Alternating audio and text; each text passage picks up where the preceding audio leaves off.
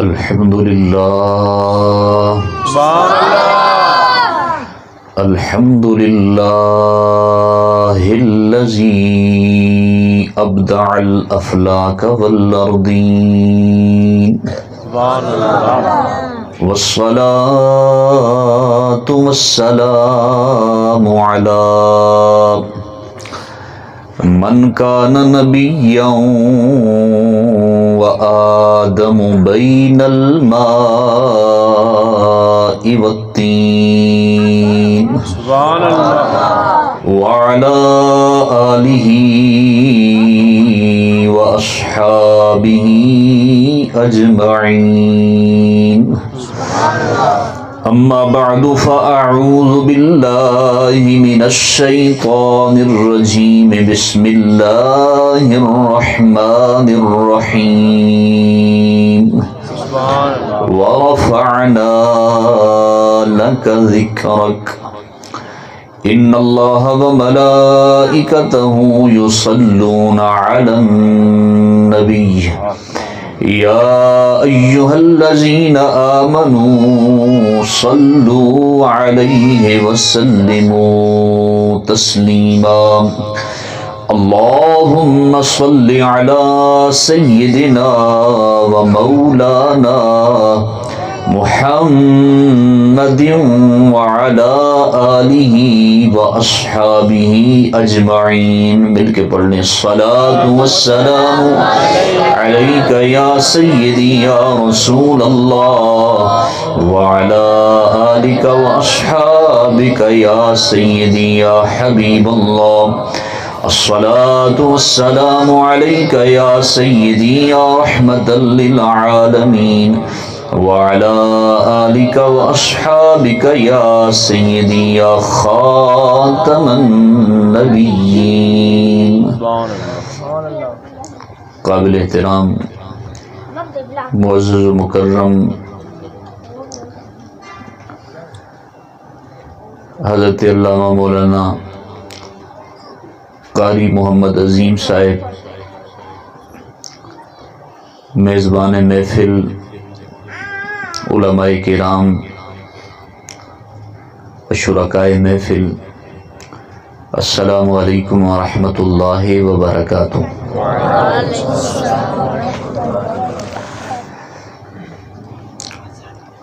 اللہ رب ذوالجلال کا ان گنت لا تعداد لا محدود شکر ہے جس رب کائنات نے ہمیں اپنے پیارے محبوب صلی اللہ علیہ وآلہ وسلم کے ذکر پاک کی محفل میں حاضر ہونے کی سعادت عطا فرمائی. اور خوش نصیب ہیں اہل خانہ جنہوں نے اپنے اس گھر میں اس بابرکت، اس مبارک اور باعث رحمت محفل کے انعقاد کی سعادت حاصل کی. اللہ تعالیٰ سے دعا ہے کہ منتظمین کے اس انتظام کو اور جملہ شرکاء کی شرکت کو اپنی بارگاہ میں قبول و منظور فرمائے. گرامی قدر حضرات، اللہ رب ذوالجلال نے اپنے پیارے محبوب صلی اللہ تعالی علیہ وآلہ وسلم کے ذکر پاک کو اتنا بلند کیا ہے اور اس بلندی کا اعلان و اظہار اللہ نے قرآن میں فرمایا ہے کہ وَرَفَعْنَا لَكَ ذِكْرَكَ، اے میرے محبوب ہم نے آپ کی خاطر آپ کے ذکر کو بلند کر دیا. سبحان اللہ. اب یہاں پہ مفسرین کرام نے اس رفعت ذکر جلالت کے معانی کو بیان فرماتے ہوئے یہ لکھا ہے تفسیر ساوی میں. فرماتے ہیں کہ اللہ نے اپنے محبوب کے ذکر کو بلند کہا، بڑا کہا. اس کی وجہ یہ ہے کہ اللہ نے اس ذکر پاک کے بدلے میں جو انعام دینا ہے وہ انعام بہت بڑا ہے. تو انعام چونکہ اس ذکر کے اہتمام، انتظام اور اس ذکر کے تلفظ پہ چونکہ بہت بڑا ہے، اس لیے اللہ نے اس ذکر کو بھی فرما دیا کہ یہ ذکر بھی بہت بڑا ہے۔ اب اللہ کے پیارے حبیب صلی اللہ علیہ وسلم کے ذکر پر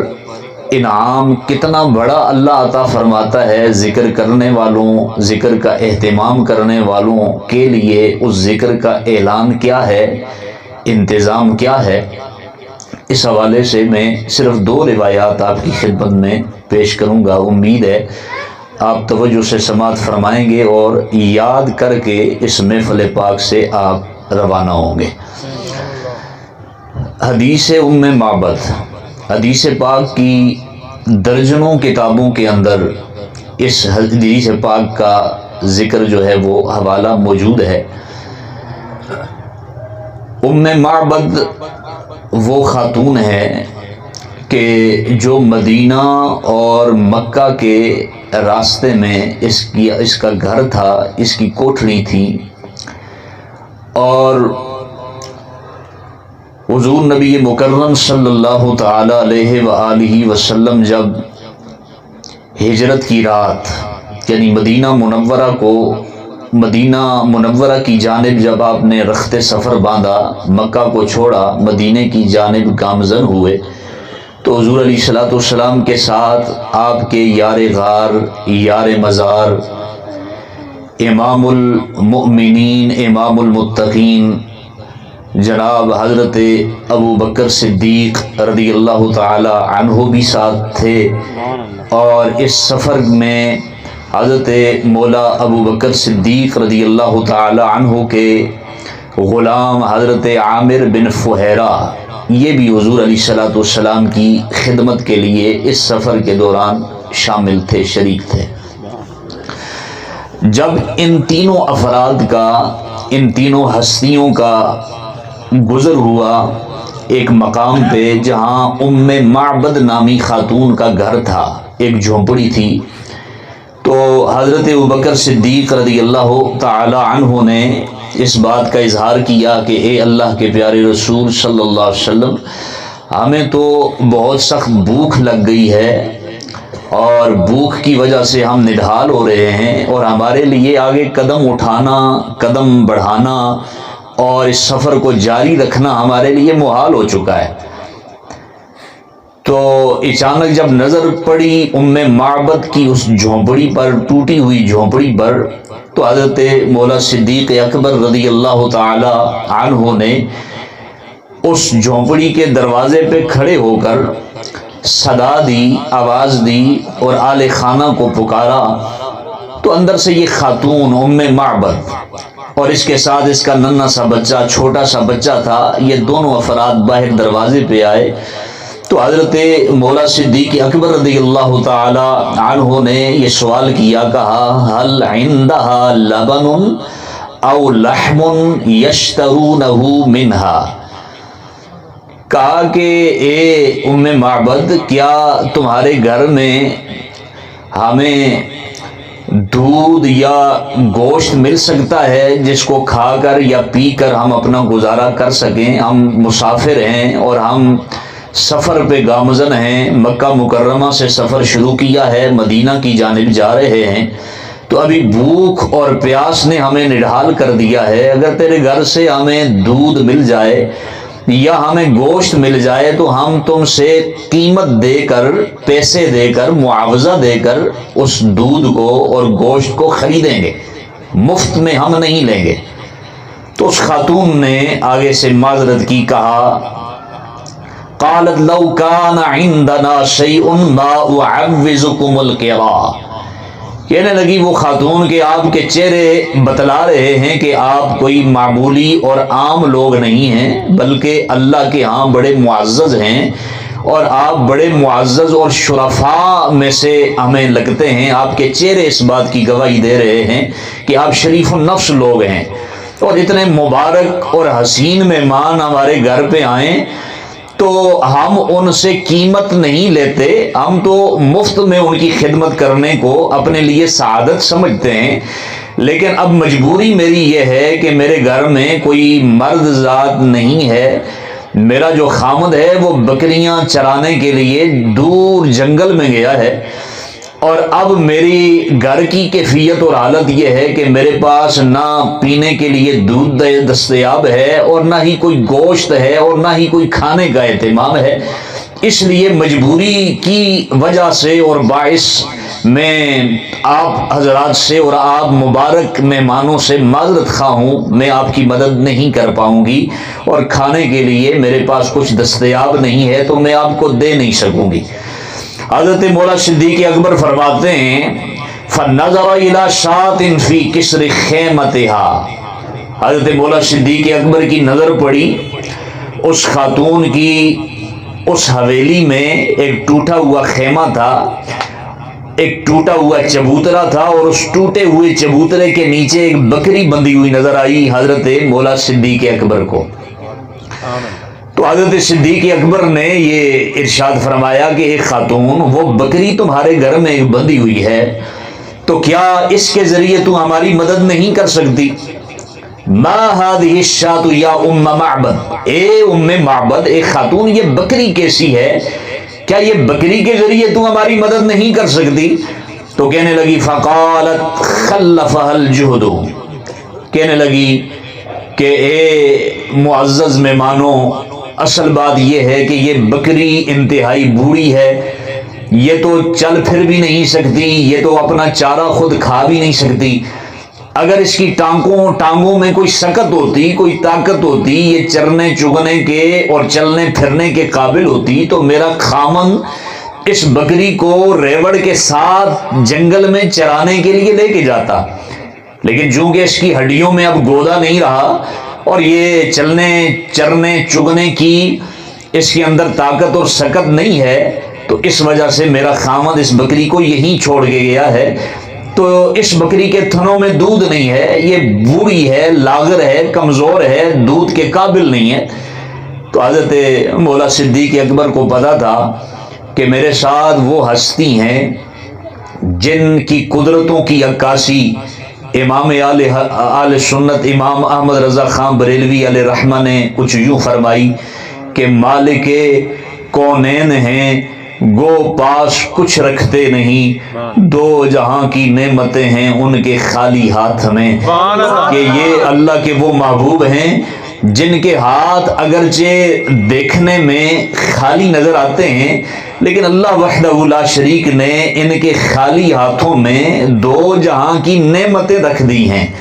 اب دو جہاں کی نعمتوں میں سے کوئی بھی نعمت جب کسی کو درکار ہوتی، ضرورت ہوتی،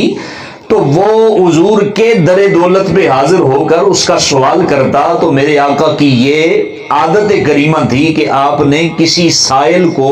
خالی دامن اور خالی جھولی واپس نہیں پلٹایا۔ دونوں جہانوں کی کسی بھی نعمت کا سائل نے اگر سوالی نے سوال کیا تو میرے آقا نے اس سائل کی جھولی کو دو جہاں کی نعمتوں سے مالا مال فرما دیا۔ سبحان اللہ۔ گرامی قدر حضرات،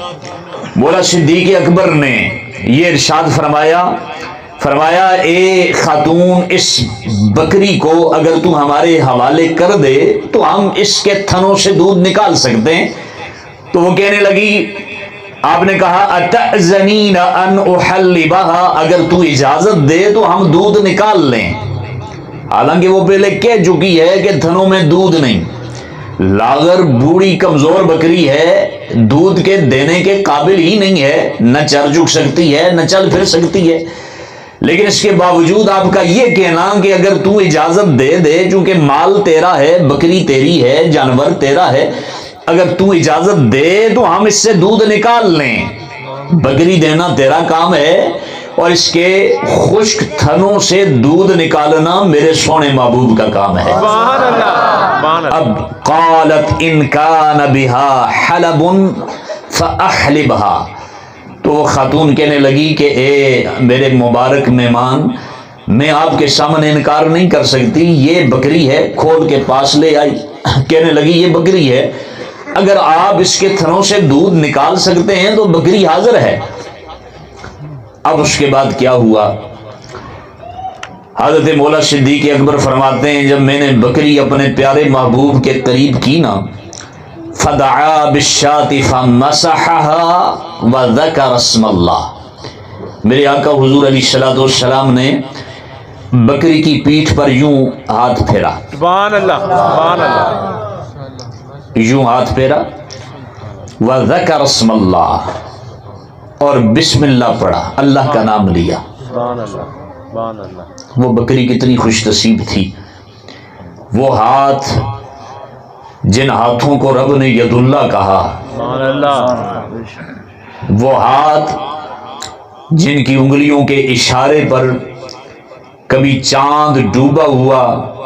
کبھی سورج ڈوبا ہوا فلک کے نظاروں نے پلٹتا دیکھا، سبحان اللہ، اور کبھی آسمان کی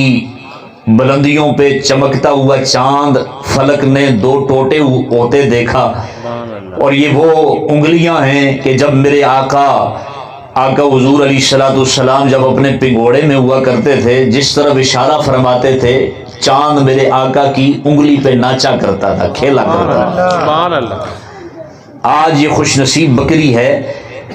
کہ جس کی پشت پر پیٹھ پر میرے آقا اپنے پیارے ہاتھ پھیر رہے ہیں۔ سبحان اللہ سبحان اللہ، توجہ، حضرت مولا صدیق اکبر فرماتے ہیں آقا کریم صلی اللہ علیہ وسلم نے جو ہی بسم اللہ پڑھا اور بکری کی پیٹھ پہ ہاتھ پھیرا تو کہتے ہیں کہ بکری کی پیٹھ پر میرے آقا کا ہاتھ پھیرنا تھا، پھیرنے کی دیر تھی کہ بکری نے ٹانگیں اپنی چوڑی کر دیں اور اس کے جو تھن تھے وہ دودھ سے بھر گئے۔ سبحان اللہ، اس کے بعد کیا ہوا؟ کہتے ہیں حضور علیہ السلام نے ثم حلبها، میرے آقا نے اس بکری کے تھنوں سے دودھ نکالا، وَتَرَكَ عِنْدَهَا إِنَاءَهَا مَلَأً، میرے آقا حضور علیہ السلام برتن کو دودھ سے بھرتے گئے سبحان اللہ، اور ام معبد اس خاتون کو کہتے گئے کہ جا اور برتن لے آ۔ سبحان اللہ، وہ برتن لاتی گئی،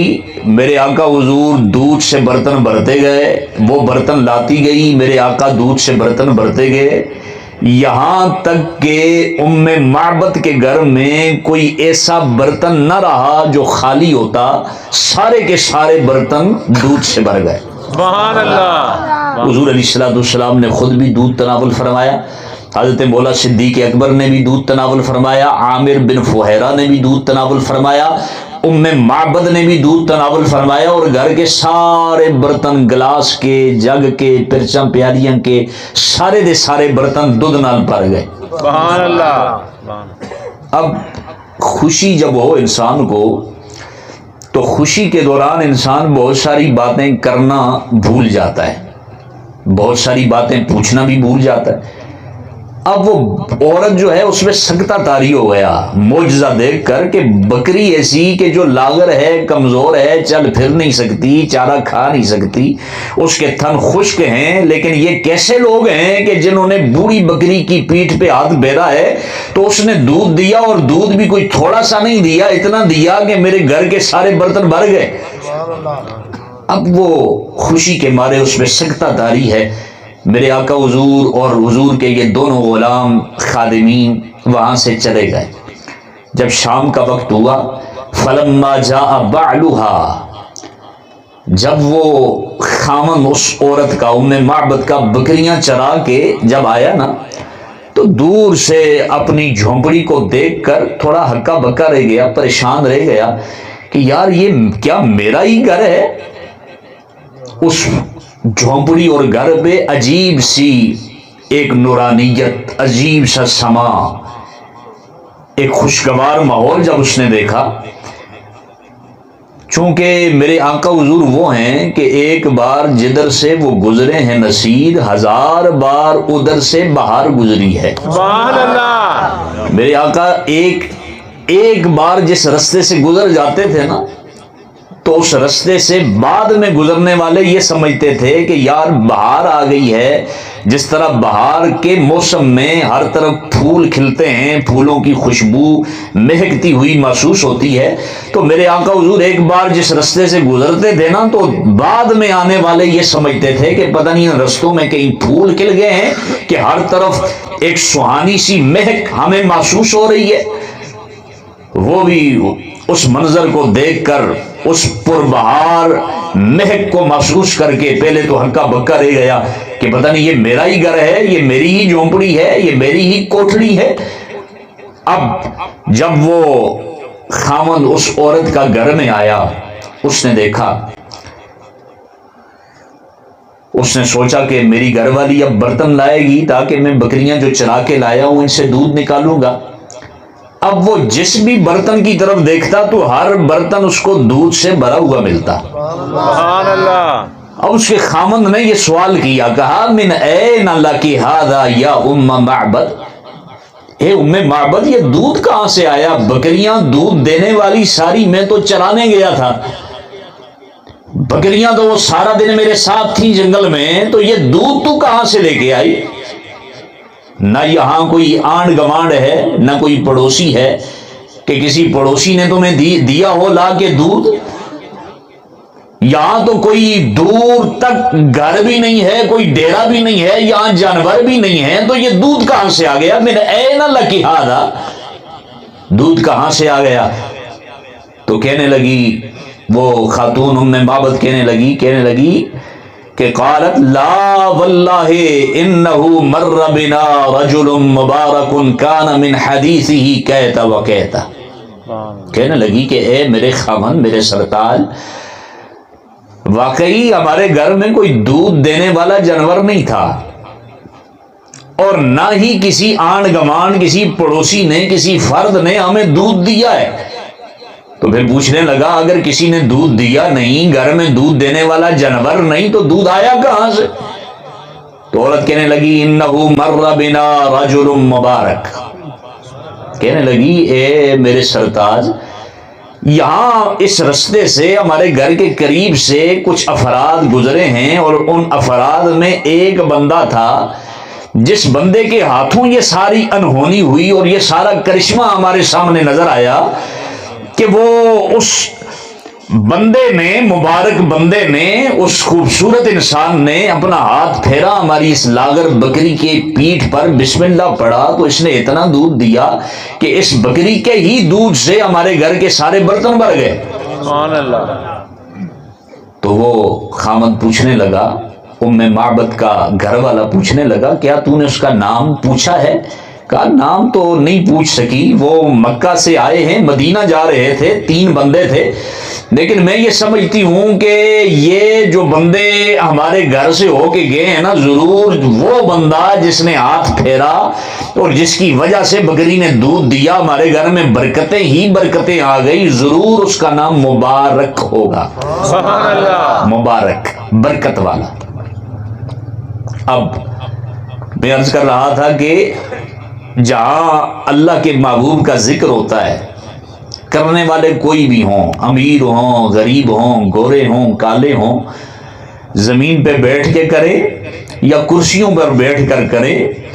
لیکن ذکر وہ کریں اللہ کے سونے محبوب کا، تو اللہ ان کو انعامات کیا دیتا ہے۔ اب یہ ام معبد ہے، اس کا چھوٹا سا بیٹا ہے، اس کا گھر والا ہے، یہ تینوں افراد ہیں، ابھی تک دائرہ اسلام میں داخل نہیں ہوئے، ان کو نہیں پتا ہے کہ ہمارے گھر سے جس کا گزر ہوا ہے وہ اللہ کا نبی ہے، ان کو نہیں پتا۔ لیکن یہ شوہر جب بھی شام کو واپس آتا نا بکریاں چرا کے،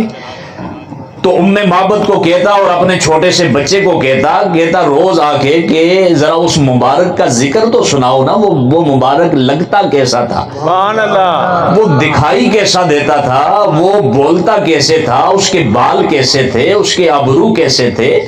اس کے بولنے کے اندر مٹھاس کیسی تھی، اس کا چلنا کیسا تھا، اس مبارک کے ساتھ جو دوست تھے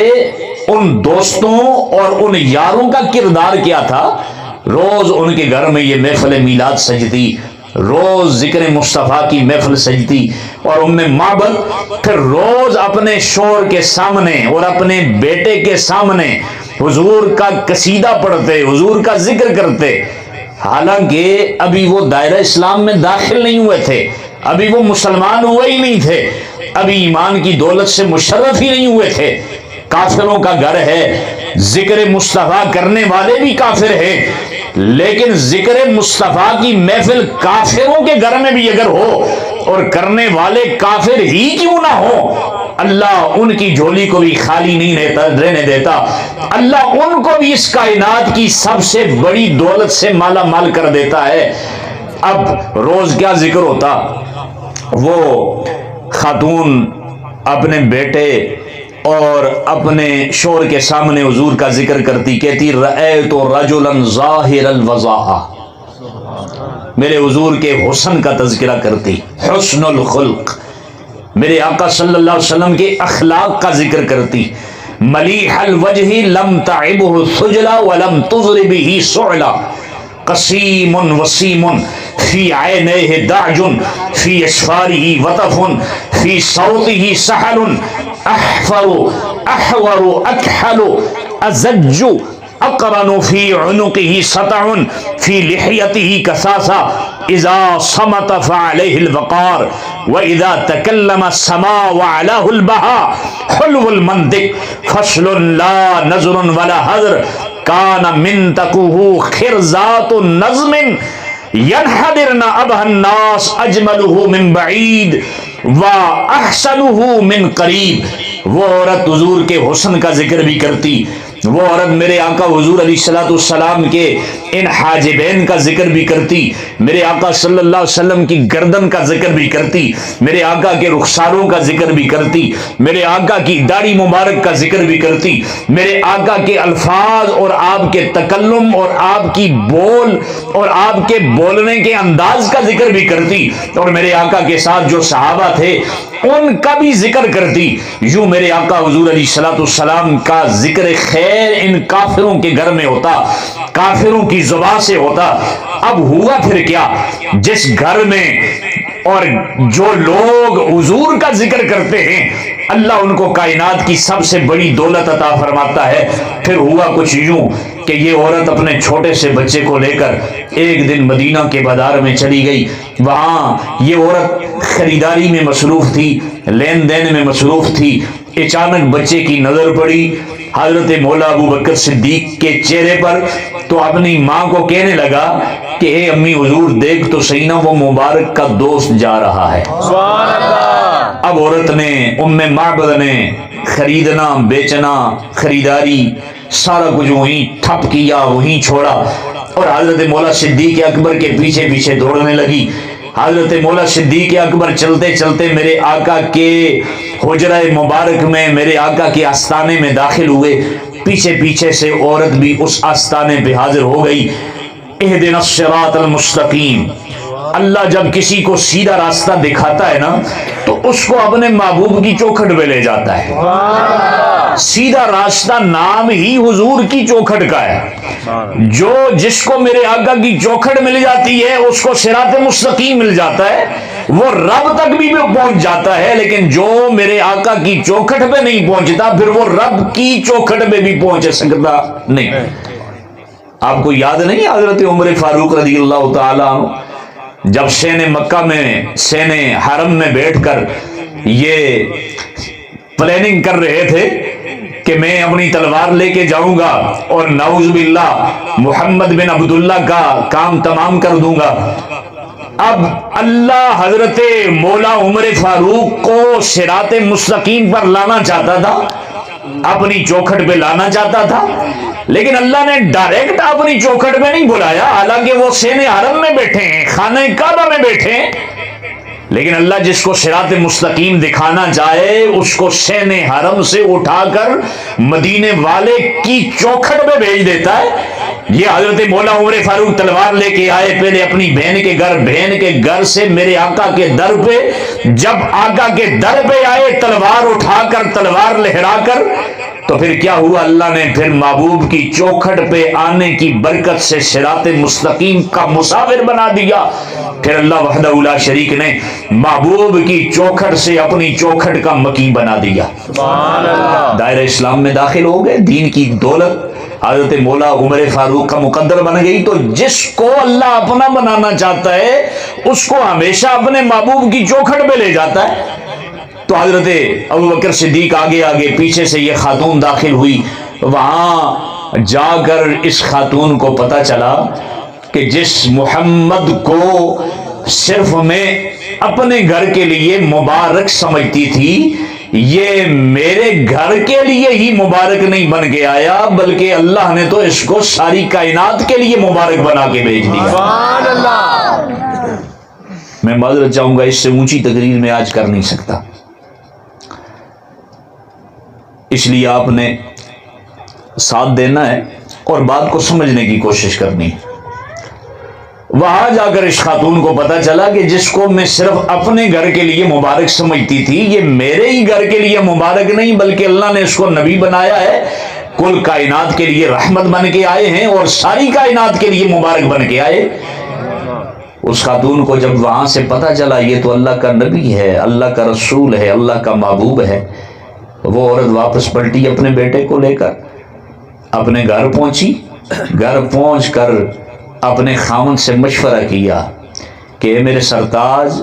میں تو اپنا سب کچھ اس محبوب کے قدموں میں لوٹا کے آ گئی ہوں، سبحان اللہ۔ لیکن اب تیرا کیا خیال ہے، ہمیں کرنا کیا چاہیے؟ تو کہنے لگا ٹھیک ہے، اس میں تو کوئی دوسری رائے نہیں۔ اگلا دن ہوا جس گھر میں کافر کا گھر، دوبارہ عرض کرتا ہوں، گھر تھا کافر کا، ذکر مصطفیٰ کرنے والے بھی مسلمان نہیں تھے، کافر تھے، لیکن ذکر مصطفیٰ کی برکت سے ان کافروں کو بھی اللہ تعالیٰ نے بہت بڑی نعمت سے، دنیا کی سب سے بڑی دولت سے مالا مال کر دیا۔ اور دنیا کی سب سے بڑی جو دولت ہے وہ کیا ہے؟ وہ ایمان ہے۔ اگلے دن یہ تینوں کے تینوں گئے میرے آقا کی بارگاہ میں حاضر ہو کر دائرہ اسلام میں داخل ہو گئے۔ سبحان اللہ۔ تو میں نے عرض کیا کہ وَرَفَعْنَا لَكَ ذِكْرَكَ کا ایک معنی مفسرین نے یہ کیا ہے کہ اللہ نے محبوب کے ذکر کو بڑا اس لیے کہا ہے کہ اس کے بدلے میں اللہ انعام بہت بڑا عطا فرماتا ہے، اور انعام اس دنیا میں سب سے بڑا یہی ہے کہ جو اللہ کے محبوب کی کے ذکر کی محفلیں سجاتے ہیں وہ اگر کافر ہی کیوں نہ ہو، اللہ ان کی جھولی میں بھی ایمان کی خیرات اور ایمان کی دولت ڈال دیتا ہے۔ سبحان اللہ۔ گرامی قدر حضرات، ایک روایت اور آپ کی خدمت میں اسی حوالے سے پیش کرتا ہوں، پھر اجازت چاہوں گا۔ الخصائص الکبریٰ، امام جلال الدین سیوطی علیہ رحمہ، اس سے بھی آپ دیکھیے گا کہ جو ذکر مصطفیٰ کرتے ہیں وہ کتنے ہی بڑے گناہگار کیوں نہ ہوں، اللہ تعالیٰ ان کو انعام کتنا بڑا عطا فرماتا ہے۔ سبحان اللہ۔ الخصائص الکبریٰ میں جلال الدین سیوطی علیہ رحمہ فرماتے ہیں کہ بنو اسرائیل کا تذکرہ کیا میرے آقا نے، فرمایا ان رجلا فی بنی اسرائیل، کہ ایک بنو اسرائیل کا شخص تھا حضرت موسیٰ علیہ السلام کا امتی، اس نے کیا کیا؟ عصى اللہ مئۃ سنۃ، اس بندے کو اللہ تعالیٰ نے بڑی لمبی زندگی عطا فرمائی، 200 سال کی زندگی اس بندے کو نصیب ہوئی، لیکن بدقسمتی یہ کہ ان 200 سالوں میں اس بندے نے کوئی ڈھنگ کا کام نہ کیا، کوئی نیک کام نہ کیا، کوئی چجدہ کام نہ کیتا، برائیاں تے گناہاں میں ساری زندگی گزار دیتی۔ جڑے آنڈی گوانڈی لوگ آئے، معاشرے میں رہن والے لوگ، دیکھنا سننا والے لوگ، انہاں لوگوں نے اس بندے تے غصہ بڑھایا۔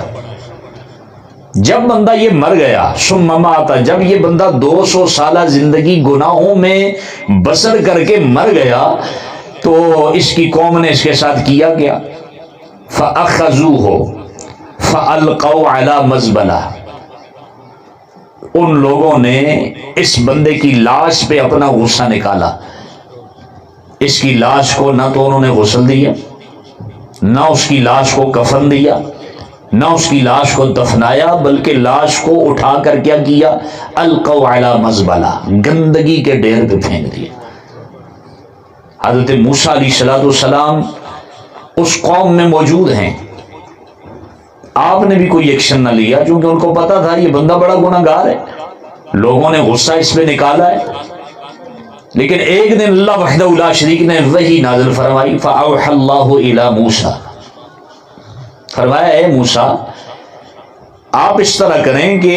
اس بندے کی لاش کو گندگی کے ڈھیر سے نکالیں، باہر نکالیں، اور کیا کریں، اس بندے کی لاش کو نکال کر اس کو غسل بھی دیں، اس کے نماز جنازہ کا بھی انتظام کریں، اور اس کی قبر اس کے لیے قبر کھود کر اس کو دفنائیں اعزاز کے ساتھ، عزت کے ساتھ۔ تو حضرت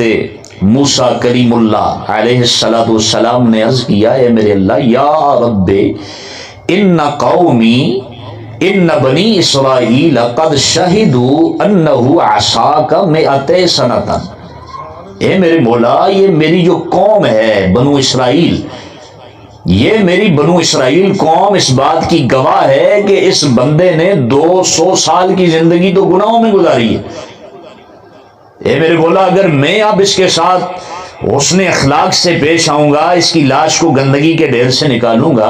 اور اس کے کفن دفن کا انتظام کروں گا، لوگ مجھ پہ اعتراض کریں گے کہ اے موسیٰ کلیم اللہ آپ نے اس کے ساتھ اچھا رویہ کیوں اختیار کیا، تو میں اپنی قوم کو کیا جواب دوں گا؟ اللہ رب الجلال نے دوبارہ وحی نازل فرمائی، ہاکذا کان، کہا اے میرے موسیٰ کلیم اللہ واقعی بات یہی ہے، اس بندے نے 200 سال کی زندگی گناہوں میں ضرور گزاری ہے، لیکن اے میرے موسیٰ نبی اس کے 3 کام ایسے تھے جو کام میرے علاوہ کسی اور نے دیکھے نہیں۔ واقعی 200 سال کی زندگی میں بڑے گناہ کرتا رہا، لیکن کچھ کام اس کے ایسے بھی تھے کہ کسی اور آنکھ نے دیکھے نہیں، وہ صرف میں نے دیکھے۔ وہ کیا ہے؟ کہا کلما نشرت تورات، کہا اے میرے موسیٰ نبی جب بھی یہ تورات دیکھتا نا، تورات آسمانی کتاب تورات حضرت موسیٰ پیغمبر پہ نازل ہونے والی، کہا اے میرے موسیٰ نبی جب آپ پہ نازل شدہ یہ کتاب تورات دیکھتا تو نظر الی اسم محمد، آپ کی کتاب میں میرے نبی آخر الزمان خاتم النبیین حضرت محمد مصطفیٰ کا نام دیکھتا، اس نام کو دیکھ کر کیا کرتا؟ قبلہ، پہلے تو یہ کرتا کہ نام کو چومتا۔ سبحان اللہ سبحان اللہ، یہ اسی سنی بھی چومدے ہیں کہ نہ چومدے؟ سبحان اللہ۔ تو تمہیں کوئی آخر تسی نہ دے نہ چومدے، تسی تے انگوٹھے چومدے ہو، پھر بولو نا، جواب دیو نا۔ اگر تمہیں کوئی آخر تسی نہ تے نہ چومدے، تسی تے کے چومنے ہو؟ انگوٹھے چومنے ہو۔ اس حدیث میں تے نہ چومنا دی گل ہے، تو جواب یہ ہے کہ ہم نام ہی کو چومتے ہیں۔ براہ راست دیکھنے میں یہ لگتا ہے کہ ہم انگوٹھے چوم رہے ہیں، لیکن در حقیقت انگوٹھوں کو نہیں بلکہ نام کو۔ کون سا نام؟ وہ نام جو ہماری زبان سے نکلتا ہے، محمد۔ سبحان اللہ۔ یہ جو نام ہماری سانسوں کے ذریعے حضور کا نکلتا ہے نا ہماری زبان سے، ہم اس نام کو چوم رہے ہوتے ہیں، لیکن دیکھنے والوں کو یہ لگتا ہے کہ یہ کسے چوم رہے ہیں؟ انگوٹھے چوم رہے ہیں۔ تو کہا قبلہ، اے میرے موسیٰ نبی یہ پہلا کام تو یہ کرتا کہ میرے نبی کے نام کو کیا کرتا؟ چومتا، اور چوم کے کیا کرتا؟ قبلہ ووضعہ علی عینہ، میرے نبی کے نام کو چوم کر کیا کرتا؟ آنکھوں پہ لگاتا۔ سبحان اللہ۔ سنی لوگ آپ اس طرح کرتے ہیں کہ نہیں کرتے؟ نبی کے نام کو چومتے بھی ہیں، چوم کے آنکھوں سے لگاتے بھی ہیں۔ تو اے میرے موسیٰ نبی پہلا کام اس کا یہ تھا کہ یہ میرے نبی کے نام کو دیکھ کے چوما کرتا، پھر نبی کے نام کو چوم کر آنکھوں پہ بھی لگاتا، یہ دوسرا کام۔ اور تیسرا کام یہ کرتا، صلی علی محمد صلی اللہ علیہ وسلم، پھر میرے نبی کے نام کو چوم کر آنکھوں پہ لگا کر میرے نبی پہ درود بھی پڑھا کرتا تھا۔ سبحان اللہ۔ اب یہ 3 کام اگرچہ بنو اسرائیل کی نظروں سے پوشیدہ رہے، پنہا رہے، لیکن رب کی نگاہ سے تو کچھ نہیں چھپ سکتا نا۔ رب کی نگاہ، رب کی نظر دیکھ رہی تھی کہ یہ بندہ اگرچہ گناہگار ہے، گناہگار بھی کوئی معمولی سا نہیں ہے، کوئی 2 دن گناہ نہیں کیے، 2 سال نہیں کیے، 2 مہینے نہیں کیے، بلکہ 200 سال بندہ گناہ کرتا رہا، اسی وجہ سے قوم نے اٹھا کر اس کی لاش گندگی کے ڈھیر میں پھینک دی، لیکن اللہ کو اس کے یہ 3 کام اتنے پسند تھے، اللہ نے حضرت موسیٰ پیغمبر کو کہا اے میرے موسیٰ نبی، آپ اس کی لاش کو گندگی کے ڈھیر سے نکالیں، کفن دفن کا انتظام کریں، اس لیے کہ یہ جو میرے محبوب کے نام کو چوم کے آنکھوں پہ لگا کے درود پڑا کرتا تھا، اس برکت سے میں نے اس کی زندگی کے سارے گناہوں کو معاف کر دیا ہے۔ تو حضور کا ذکر کرنے والا اگرچہ کتنا ہی بڑا کافر کیوں نہ ہو یا کتنا ہی بڑا گناہگار کیوں نہ ہو، جب میرے سونے نبی کا سونا ذکر کوئی کرتا ہے، اللہ اس کے دامن میں کائنات کی سب سے بڑی خیرات، سب سے بڑی نعمت اور سب سے بڑی دولت ایمان کی صورت میں ڈال دیتا ہے۔ اب جب وہ دنیا سے جاتا ہے تو ایمان کامل کے ساتھ اس دنیا سے رخصت ہوتا ہے، بے ایمان ہو کے مرتا نہیں۔ سبحان اللہ۔ اس لیے محسنین کرام نے لکھا کہ وَرَفَعْنَا لَكَ ذِكْرَكَ، کہ اللہ نے اپنے محبوب کے ذکر کو بلند کر دیا۔ ذکر کو بلند کرنے کا مطلب یہ ہے کہ اللہ نے اس ذکر کے بدلے میں جس انعام کا وعدہ فرما دیا ہے، وہ انعام اور وہ نعمت اور وہ رحمت بہت بڑی ہے، اور وہ رحمت اور انعام سب سے بڑی اس کائنات کی یہی ہے کہ انسان جب دنیا سے رخصت ہوتا ہے تو صاحب ایمان ہو کے رخصت ہو۔ سبحان اللہ۔ میرے خیال ہے کافی نہیں ہو گیا، اجازت چاہوں کہ اللہ پاک جڑی گفتگو میں کی تھی، اگرچہ میرے منہ وچ وہ داڑھ کڑوائی ہے جس کی وجہ تو درد ہے کافی، لیکن اللہ پاک کی بارگاہ وچ یہی عرض گزارا کہ ملک صاحب نے جو اہتمام کیتا ہے، اللہ پاک اس اہتمام کو بھی اپنی بارگاہ وچ قبول کرے، تے جڑیاں دیاں نیک مرادیں اللہ انہاں نیک مراداں بھی پورا کرے، تے جتنے لوگاں شرکت کی تھی میرے سمیت اللہ اساں سارے شرکاء دی شرکت کو بھی اپنی بارگاہ دی منظوری عطا فرماوے۔ وآخر دعوانا ان الحمدللہ رب العالمین۔ ہم نہیں لے گئے تو اس خاتون نے آگے سے معذرت کی، کہا قالت لو کان عندنا شیء ما اعوذکم